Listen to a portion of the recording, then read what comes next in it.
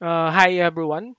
Okay, so welcome to our topic. So for the subject, so database management systems. Okay, so firstly, okay, we will be discussing this concepts and fundamentals in database. Okay, so with this topic, we will learn those basic concepts or scenario wherein how the database works, okay, those schemas, how we can create a database, how or what will be those data types needed in order for you to create those database, okay. So for our learning outcomes, okay, so at the end of the session, so the students should be able to define. Okay, so the first one is define database and its basic terms. Ano nga ba yung database? How does the database works? Okay, describe some characteristics of database systems. How this database can be integrated in or integrate into our system. Okay, so meaning pag may database ka at na-integrate mo sa system, so mas maayos, okay, yung system mo wherein you can add, modify, you can process, okay, those requests, those systems, transactions, okay, process. Then also identify various capabilities of database systems and some database application that we might use or we can use on our database, okay, creation. Okay, for the file system, so it is used by a manager, okay, so we're in, okay, so we're in it can be used on a small organization to track necessary data and also to a larger, okay, systems, okay, or organization, like for example in those online, okay, websites, online applications, okay, online e-commerce websites, e-commerce app, okay, like for example Lazada, Shopee, Zalora. Okay, so a lot of things, a lot of sites, or a lot of application that we can use for this database transactions. Okay, so in this case, okay, let's say for example, we have here order filing system. Okay, so we have here, we have the program A, program B, and program C. Okay, we have the orders department on this. Okay, so for you to generate, okay, for you to at least connect with this customer master file, inventory master file, and then back order file, so you need to integrate on this system.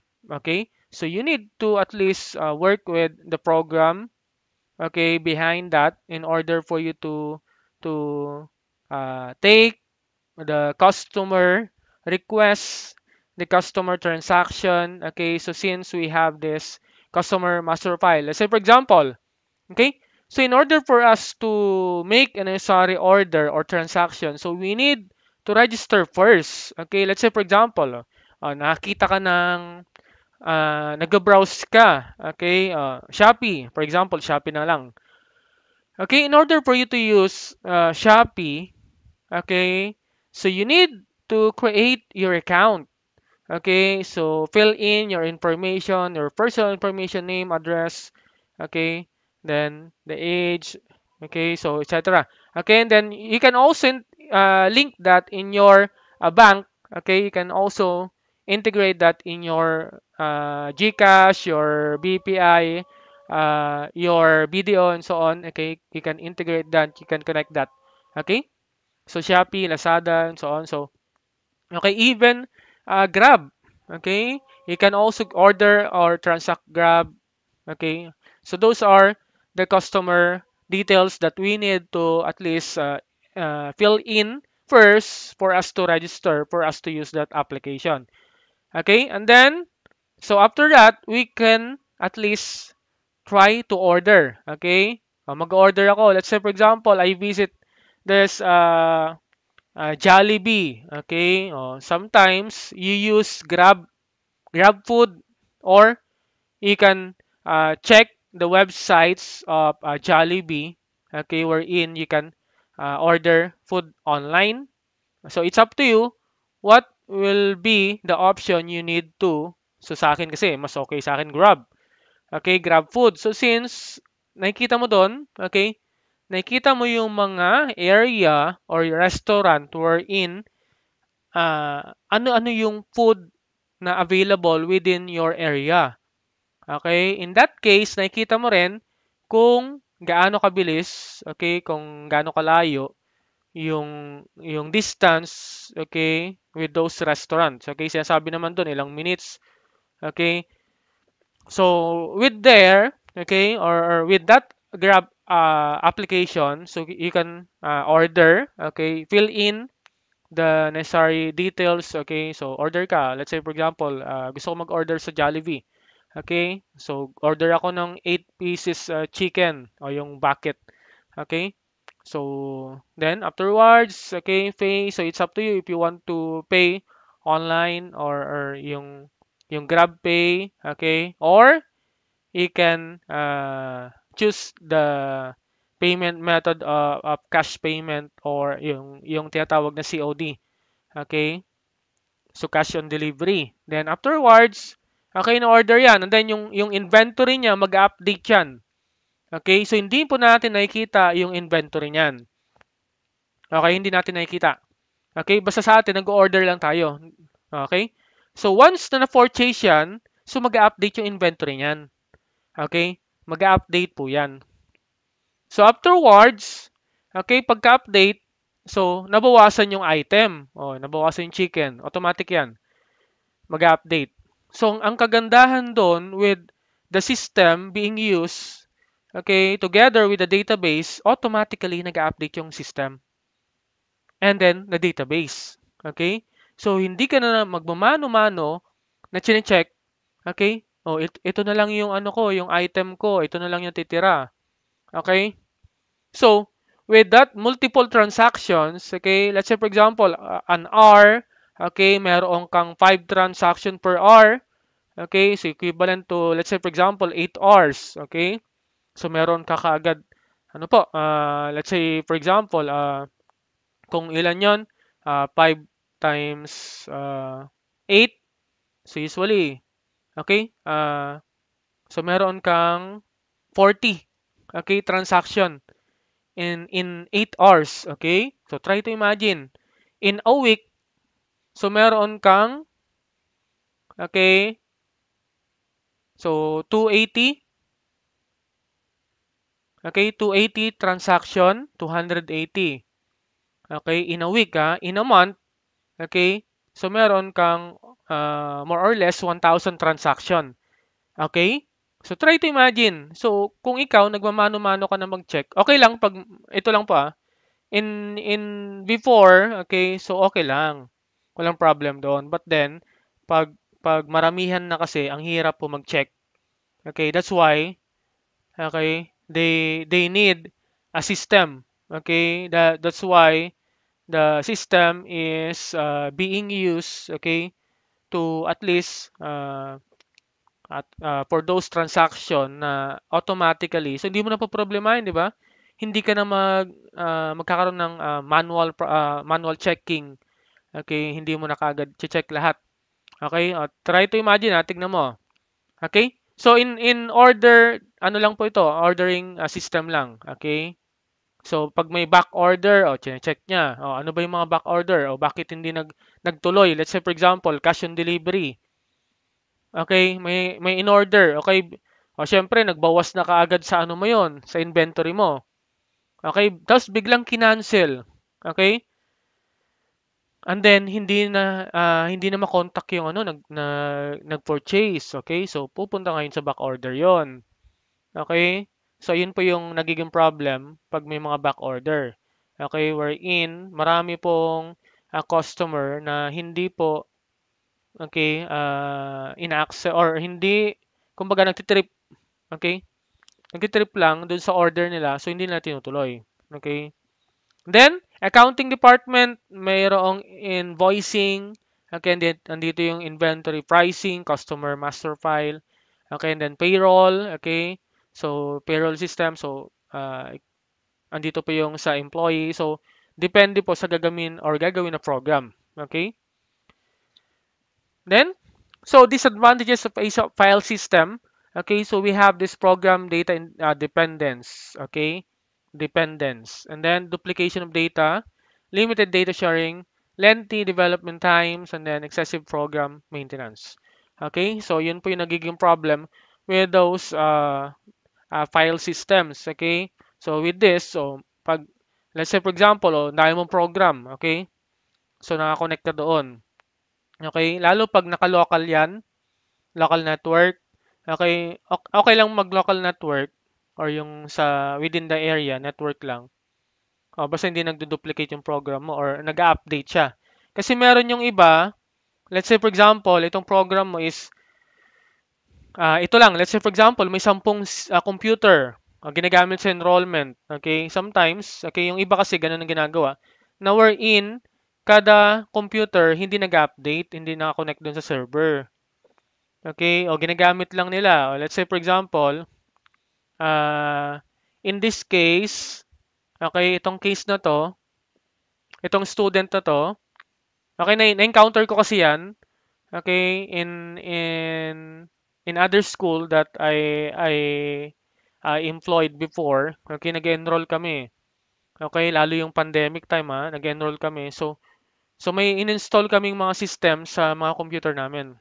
Okay? So yung system na yon, okay? So hindi naman siya naka-network, 'di ba? So naka-install lang sa amin for us to enroll those list of students. So let's say for example, ikaw is naka-designate ka sa 20 students, i-enroll mo ngayon 'to. Okay? So ito yung mga subjects niya. Okay, enroll mo. So try to imagine. So every faculty that time, we have 20 students, okay, to enroll. So ilang kami, mga 30, parang 30 kami, 30 faculties kasi marami. Okay? So try to imagine, so they need to check, okay, so ito yung mga in-enroll ko. Okay? So i-check nila ngayon. Pagka-enroll, okay, mag-save na sa database. So ngayon, kinakopy ko yon. Okay? Minamano-mano. So naka-enroll na si ganto. Okay? Naka-save na. So ang problem with there is iniisa-isa nila kada faculty na ito yung account. O ito yung ginamit na account ni faculty. Ngayon, isi-save mo. Okay? I-enter mo doon sa PC nila. Okay? Sa network nila. Or kami pa yung nagpiprint sometimes. Okay? So, ayun yung struggle before pag hindi kumbaga naka-network.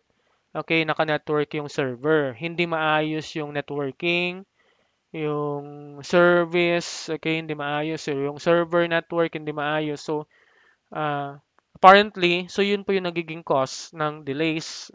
Try to imagine pag may working system ka or maayos na system, so isa lang.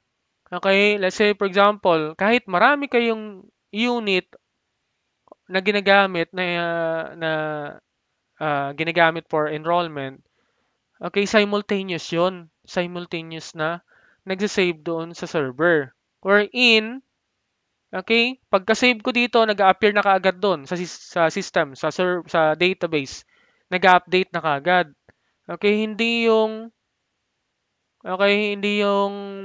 mano-mano, chine-check na sasabihin namin, dito kami. Itong student na to, dito lang siya mag-enroll sa section na to. Paano pag irregular? May conflict yan, malamang. Okay? Ayun yung nagiging problem kasi we need to at least check one by one. Okay? So, ganun din. Paano pag yung isang faculty nagkaroon ng problem? Irregular student, paano rin niya ma-enroll? Conflict din. Kasi pag irregular, hindi naman isa yung subject mo. Okay? So, yun nagiging issue. Okay? So, kaya sometimes this can be and may duplication, limited data sharing. Okay? So, ayun yung struggle. Pero, ayun, naayos na. Okay, naayos na yung system. Then, database systems. Okay, we have this. Okay, DBMS utilities, wherein we have the DBMS and then the data being used. Okay, so access, we have the server. Okay, this one, and then okay, we have here the designs. Okay, wherein we have the database designer, database admin. Okay, ito po yung system administrator. So marami po yan. Pag mga big company, big organizations, so they have this tinatawag na system administrator, database admin, designer. So mahirap po. Mahirap gumawa, mag-design ng database, ha. So hindi lang basta-basta, okay, ang design ng database, because you need to consider a lot of things when designing your database. Okay, pag mga simpleng database lang yan, saglit lang yan. Okay, saglit lang mag-design. So ito lang yung kailangan ko. Pero paano pag multiple database, multiple transactions, multiple programs, okay, wherein naka-embed, naka-integrate lang sa isang system. Okay? So yun po yung nagiging concern. Okay, minsan syempre pag malaki ang system 'yan, okay, so they need to hire a team, a group of teams, okay?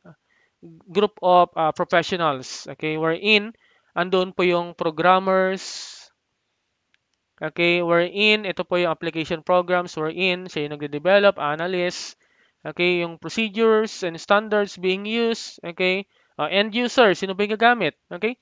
So you need to consider those end user wherein sino pa yung gagamit ng system nyo.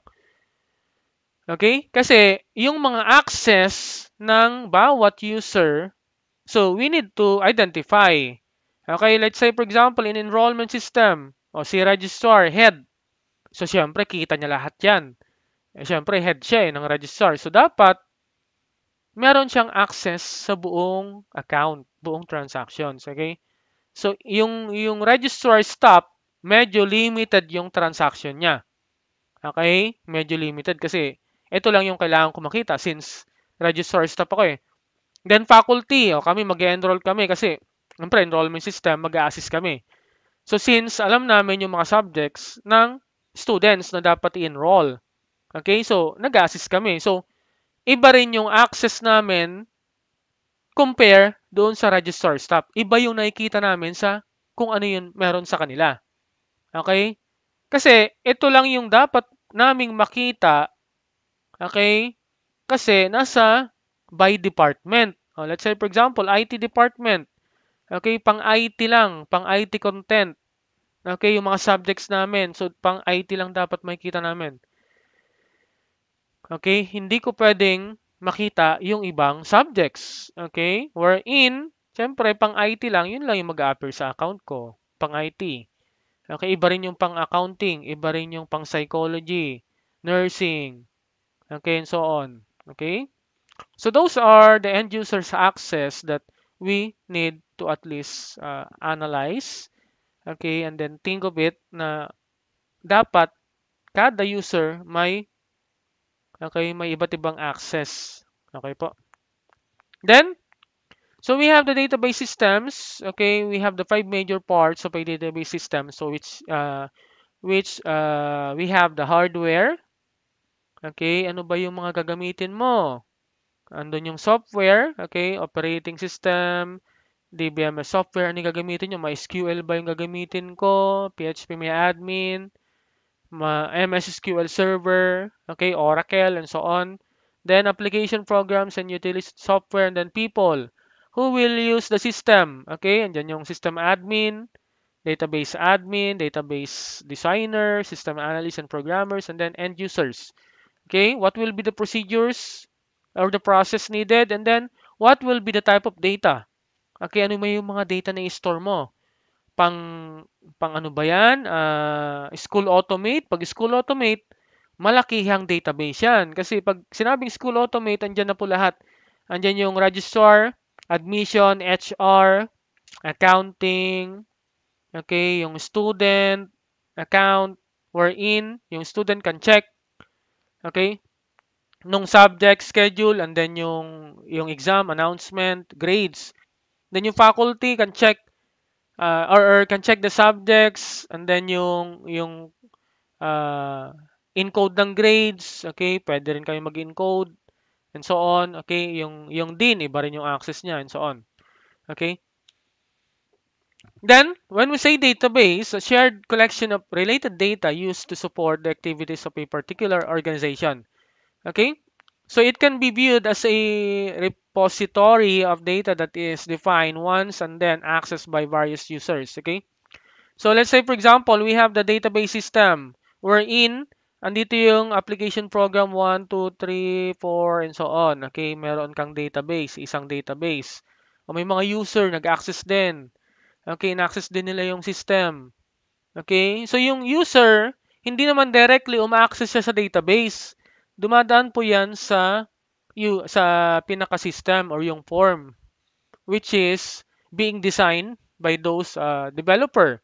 Okay, kasi ito yung nakikita natin. Let's say for example, pag gumamit tayo ng Facebook, 'di ba, facebook.com. Okay? So, yung login page ang makikita natin. Usual naman po 'yan, login page ang nakikita natin kasi with that login, chine-check kung ano yung account mo. Kung pang-user ka, pang-developer, pang-admin, okay, makikita po yon when you access that certain site, certain application, di ba? So, maraming application program involved on that. Tapos, kaya nga nagkakaroon ng query. Okay, yung database, pag let's say for example, nag-update kayo, nag-add kayo, so may tinatawag na query. Okay, tuturuan ko naman kayo dyan. Okay, so with those query involved, so pwede mong i-manipulate yung data. Okay, yun naman yung kagandahan doon. No? Let's say, for example, may mag-enroll. Okay? So, syempre, doon sa enrollment page, okay? So, ilalagay mo doon yung info. Student number, pagka-enter mo ng student number, lalabas yung info niya. Ano may mga enroll niyang subjects? So, ito, blah, blah, blah. Okay? Pagka-enroll, okay, process, okay, punta sa registrar, then, punta sa accounting to pay for the amount, okay? Pag nabayaran na, saka pupunta ng registrar. So in that case, naka-enroll ng student, then, so meron na siyang final registration form. Okay? So, but then, yung mga query behind that, okay? So those are the needed, okay, in order for you to create your or to manipulate your database, your systems, okay? Then, a database has the following property. So it is a representation of some aspect of the real world or a collection of data elements or the facts representing real-world information. Okay, those are the information, the data needed. Okay, let's say for example, yung sa atin, di ba? When we enroll, okay, pag nag-enroll kayo, so, or bago kayo mag-enroll, so pupunta muna kayo ng admission. Okay? To submit all the needed requirements. Siyempre, yung requirements na yon is totoo, tama, 'di ba kayo talaga? Kasi hindi naman kayo magsasubmit ng fake na documents wherein pag nahuli kayo, syempre, yari kayo sa school, yari sa management. Okay, pwede kayo ma-kick out. Okay? So, kaya nga gumagamit tayo ng real world, okay, data wherein ito po kasi yung usual talaga na transaction. Ito yung usual na okay, meron na ginagawa. Okay? Then, database is logical, coherent, and internally consistent. And then, a database is designed, built and populated with data for a specific purpose. Para saan ba yon? Okay, yung data na yon. So, each data has its own purpose. And then, okay, each data item is stored in a field, and then combination of fields makes up a data. Okay? Like for example, in this case, okay, membership. Meron akong ginamit.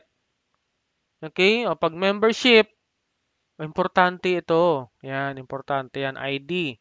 So ito po yung uniqueness natin when we register on a certain system or application.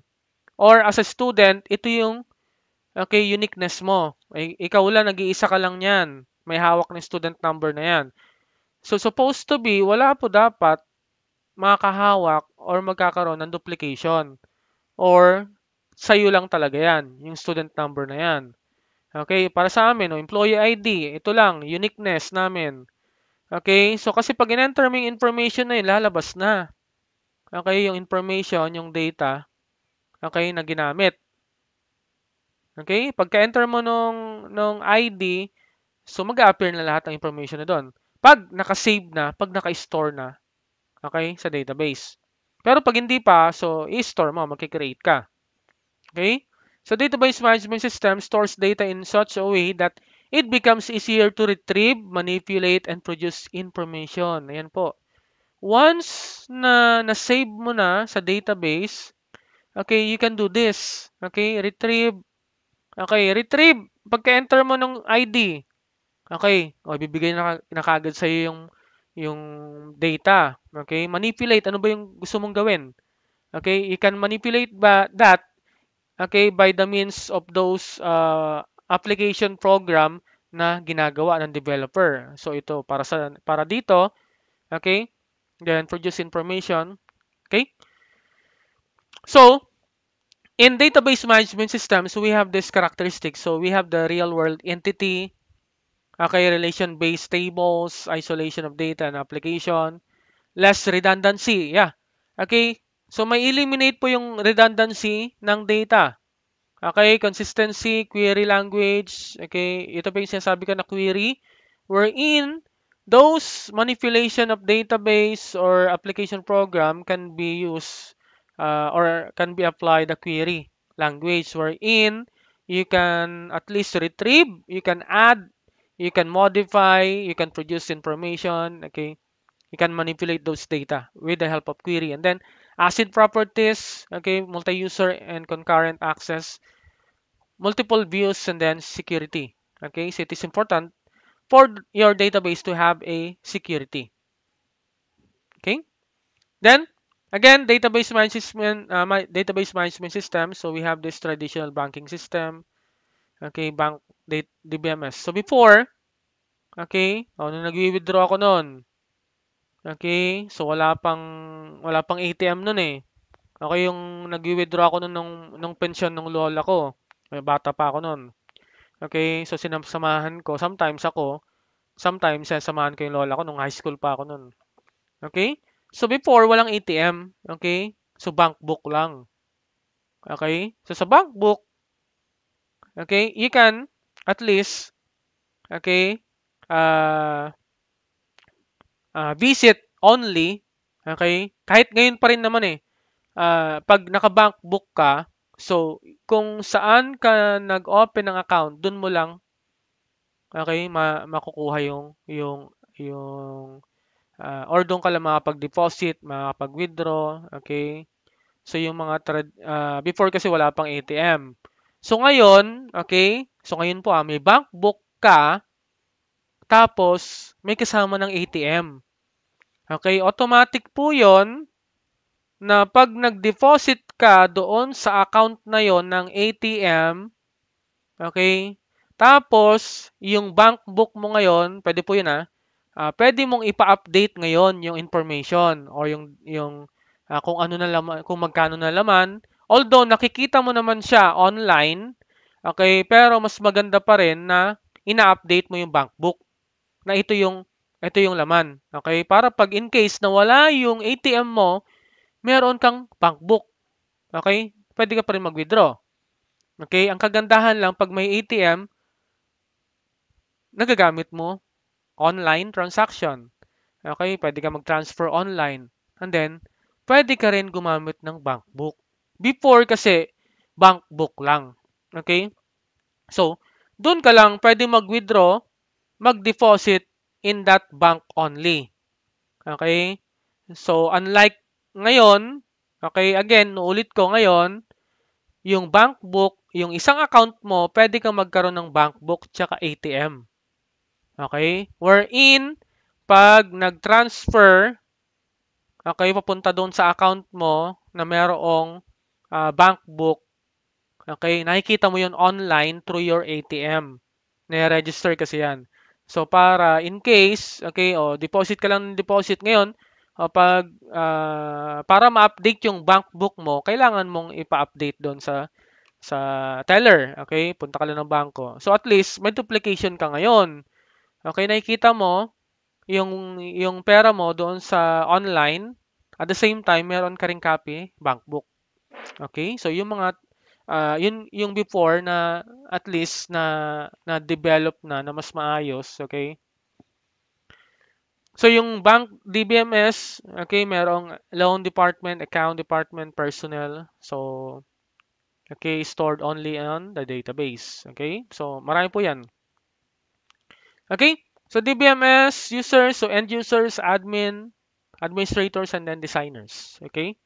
So those are the usual users of your systems. Okay? Then information management, so the infrastructure used to collect, manage, preserve, store, and deliver information. Then the guiding principles that allow information to be available to the right people at the right time. Okay, the view that all information, both digital and physical, is an asset that requires proper management. Then the organizational and social context in which information exists. Okay, then so again is an umbrella term that encompasses all the systems and process within an organization. So for the creation and use of corporate information, more than just technology, so it is about the business process and practices that underpin the creation and use of information. So it is also about the information itself, including the structure of information. So we have the information architecture, wherein you need to design. Okay, so you need to have an idea in order for you to design your architecture or database. Okay, kagaya nga niyan, hindi po basta-basta magde-design or hindi po basta-basta ang pagde-design ng database. Okay, so you need to have an idea in order for you to design that. Okay, so we have the metadata, content, quality, and more. Then, okay, so the purpose of information management, so to design, develop, manage, and use information with insight and innovation. Okay, so it is also to support decision making and create value for the individuals, organization, and communities and societies. Okay, so ngayon, okay, yung database natin ginagamit sa decision support making, decision support system wherein, okay, using your historical data, yung system ngayon nakapag-produce ng, okay, much more interesting data. Okay? So, gamit yung data mining, data science approach, okay, yung mga techniques, so, to predict, to forecast, okay, kaya nga, meron tayong forecasting, prediction, okay, analyzation. So, paano ba nag-analyze, paano ba nag-predict, paano ba nag-forecast because of those historical data that happens, okay, that collected before. Okay, kagaya niyan, uh, in basketball, okay, so kung hindi ka naman madalas manood ng basketball, okay, hindi ka magkakaroon ng idea. Okay? Hindi ka magkakaroon ng idea with those players. Okay? Pero, okay, kung madalas ka manood ng basketball, nalalaman mo yung bawat, okay, detail ng player na yon. Bakit magaling si ganto? Bakit si ganto? Bakit napag-champion niya tong team na to? Okay? Then, bakit naging MVP? So, because of the records, okay, naging magandang records niya eh. Okay, let's say for example, ang score niya per game is, ang average score niya is 35 points per game. Okay, so big help for the team. Okay, so in his or her previous games, okay, so ang average per game niya is 35. Okay? So, nakikita mo ngayon yung, okay, na nalalaman mo ngayon, okay, na interesting yung player na yon because of his or her playing games, score, statistics, okay? So, ngayon, nalalaman mo na magaling siya because of his or her games na nangyari before. Kaya ka nakapag-predict, kaya ka nakakapag-forecast na itong team na to malakas dahil sa kanya. Okay? Because of the historical data. Nalaman mo. Okay? Kaya ginagamit sa decision support. Okay? Then, Okay, database system concepts or and architecture. So we have here. So again, so DBMS architecture will help us understand the components of database system and the relations among them. Okay, so we have the types. So we have the single tier architecture, two tier, then three tier architecture. Okay, so in this case, okay, so we have the two tier. Okay, so we're in my server management, andun yung database system. Okay, meron kang network connection. We're in, ito po yung client machine. Okay, may database user and then DBMS application. Okay, ito yung nakikita mo as a client. Connected ka dun sa system and then naka-access dun sa database. When you log in, check niya yung detail mo. Okay? And then afterwards, okay, yung mga ginagawa natin, once na nag-login tayo, meron siyang, ano yan, may logs. Okay? Nilalogs yan ng system, ha? Okay, for you to be aware, lahat ng transaction natin online, may logs yan. Okay, ano ba yung logs? Ito po yung information natin, detail natin, okay, na once na nilog-in mo, yung account mo, so lalabas kung ano yung PC na, MAC address na ginamit mo, matitrace yun. Yung IP address na ginamit mo, saan ka nag-access. Okay? So yun po, natitrace po yung mga yon. Okay? Then, another one is three-tier. Okay? So, ito po yung, tignan nyo ah. Okay, meron kang client, same ah, same, naka-network. Ito po yung pinagkaiba nila, oh.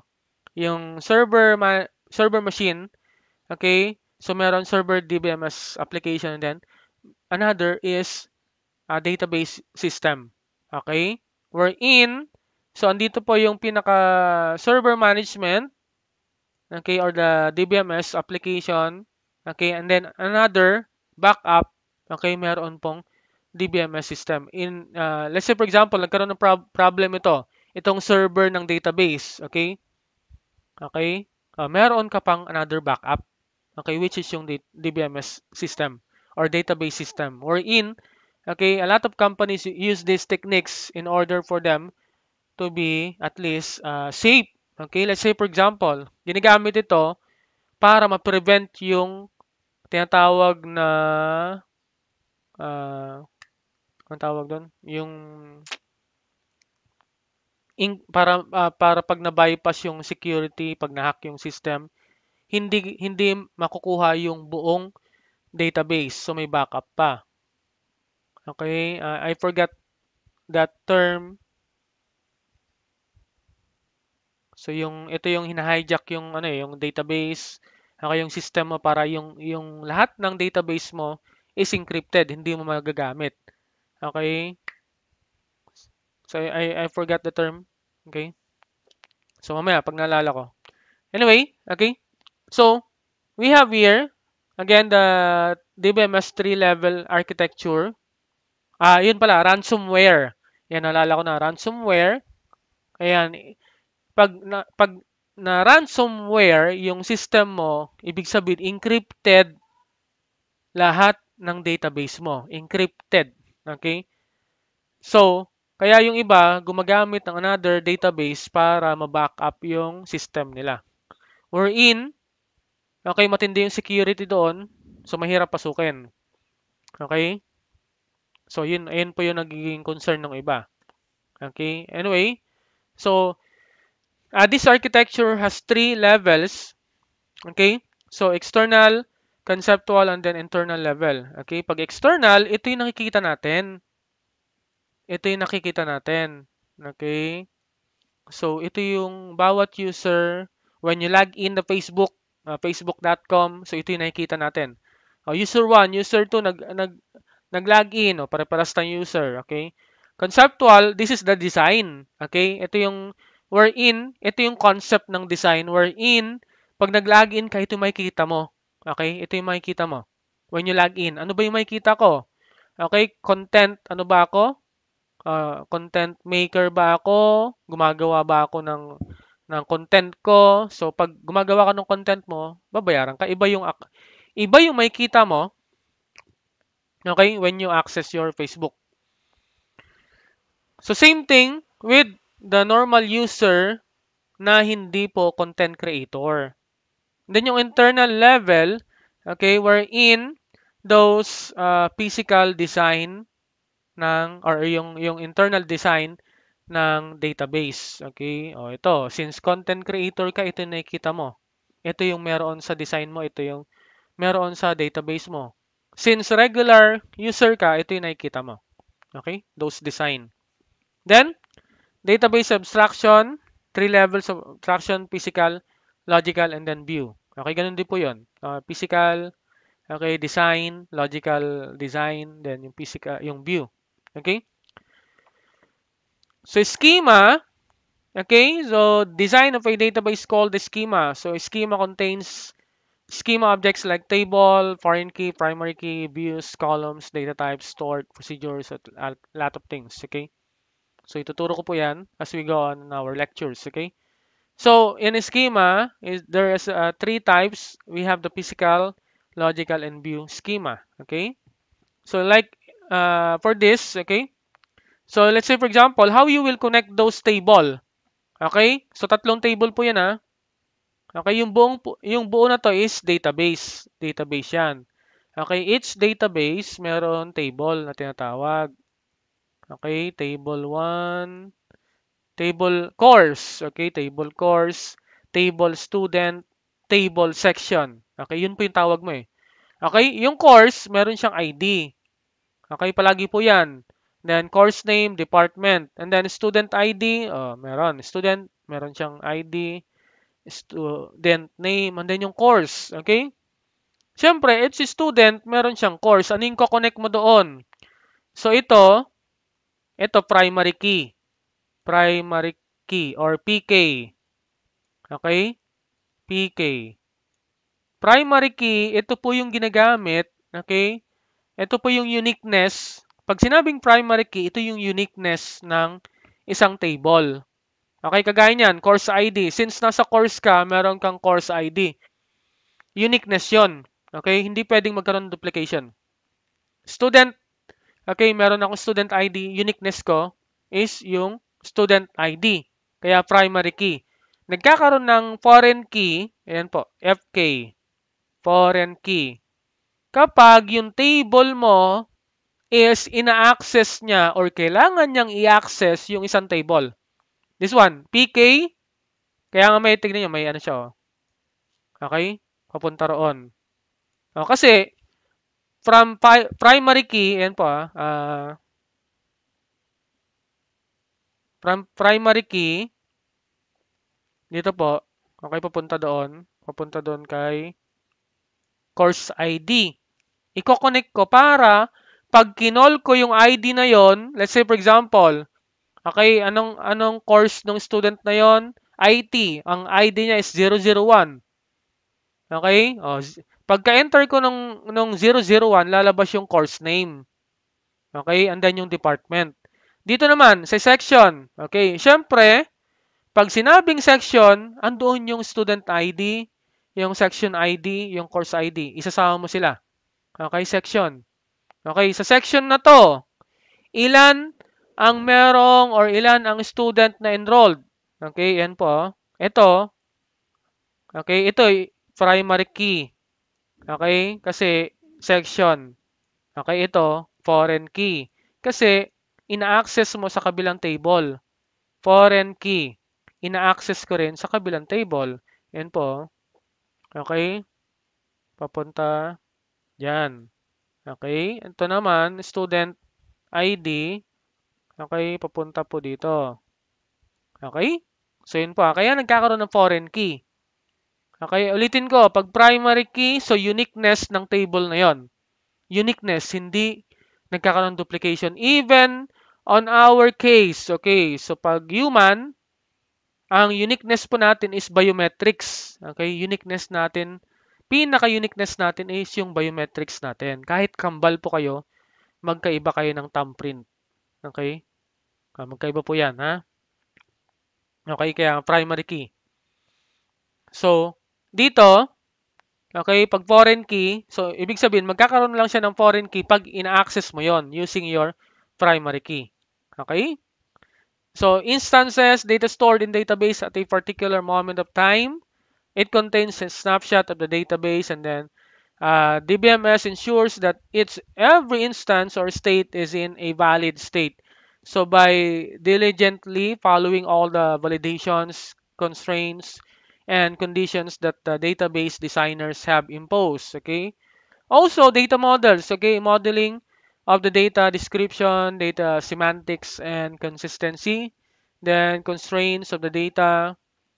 It provides the conceptual tools of describing the design of a database at each level of data abstraction. Okay, like data models, andito po yung relational data model, semi-structured data model, entity relationship data model, or yung ERD, and then object-based data model. So, a lot of things. Okay, kaya nga powerful ang database. When you have an idea, okay, kaya nga marami nag-aaral ng database kasi, okay, pwede kang makapag-manipulate ng data.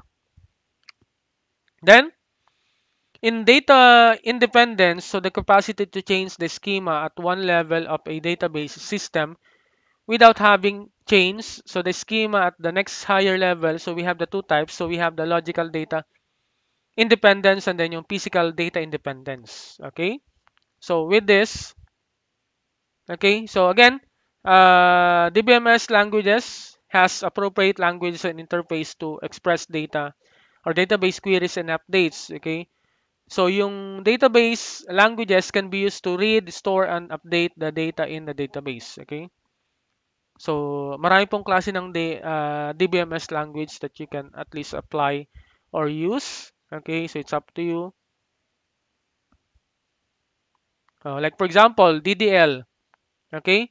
So definition or data definition language. So create. So it is used to create objects in the database. Alter. It is used to alter the structure of the database. Okay? Create. Gagawa ka. Alter, mag-modify ka. Drop, so delete. Okay? It is used to delete objects from the database. Okay? Create, modify, delete. Okay? Modify or edit. Okay? Update. Yan po. Update, modify, tsaka edit. Yan po. Then, truncate. So it is used to remove all records from a table. Rename. So it is used to rename an object. Comment. It is used to comment the data dictionary. So DML, okay, ito po or the data manipulation language. So select, it is used to retrieve data from a database. Insert, so it is used to insert data into a table. Update, so it is used to update existing data when a table. And then delete is used to delete all records from a table. So usually, ito po yung ginagamit natin when we query a database. Pag sa system, okay, kinocall natin yung database. Ano yung gagawin? Mag-add ako. Okay, select. Okay, select and then insert. Okay, kasi mag-add ako eh. So, insert. Okay, so depende kung ano yung gagawin mo. Okay, let's say for example, pag click ko itong button na to, mag-i-insert siya. I-insert niya yung information na in-enter ko. Okay, then, pag mag-update naman ako, pag click ko itong update, so i-update niya yung content. So, pero isa-search niya muna yung ID. Okay, pag-search mo ng ID, mag-appear yung information. Then afterwards, okay, so yung information may babaguhin ka. Let's say for example, address, binago mo yung address kasi lumipat ka na eh. So i-update mo, i-search mo muna yung ID mo bago lumabas yung information mo. And then afterwards, i-edit mo yung pinaka-address mo. And then pagka-click mo ng update, so dun siya mag-update sa database. Okay, delete, tatanggalin, records, and then also data control language or DCL. So grant, so it is used to give user access privilege to a database. Revoke, it is used to take back permission from the user. Okay? So again, DML is the most widely used language on the database. Okay? In database manipulation or data manipulation. Pero ang usual na ginagamit, in your case, pwede nyo pag-aralan yung MySQL or yung PHP may admin. Okay? So on. Okay? So that's it. So that's the end of presentation. Okay, hope you have learned a lot from this discussion. Okay, so thank you very much for listening.